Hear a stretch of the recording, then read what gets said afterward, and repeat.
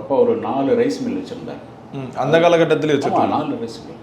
அவங்க அப்பாவுடைய சூழ்நிலை பார்த்தீங்கன்னா, அவர் வந்து ராமநாதபுரத்துலேருந்து வர்றாரு இங்கே மதுரைக்கு வந்து பொழப்பு தேடி வர்றாரு. பொழப்பு தேடி வந்து இங்கே இது பண்ணும்போது ஒரு ரைஸ் மில் வாடகைக்கு எடுத்து, அதாவது லீஸுக்கு எடுத்து ரைஸ் மில் தொழில் தொடங்கினார்.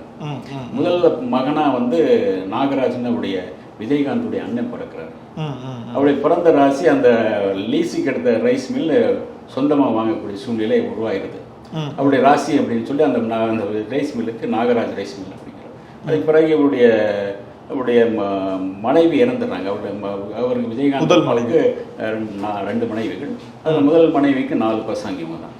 இவர் தான் விஜயகாந்துக்கு அடுத்து ஒரு தங்கை திருமலா தேவி அப்படின்னு இவங்க தான். அதுக்கு பிறகு தான் அவங்க மனைவி அடுத்த ருக்மணி தேவி அம்மா வரும்போது அது பிறகு மறுபடியும் வந்து அவங்களுக்கு 7 குழந்தைகள் பிறக்கிறாங்க.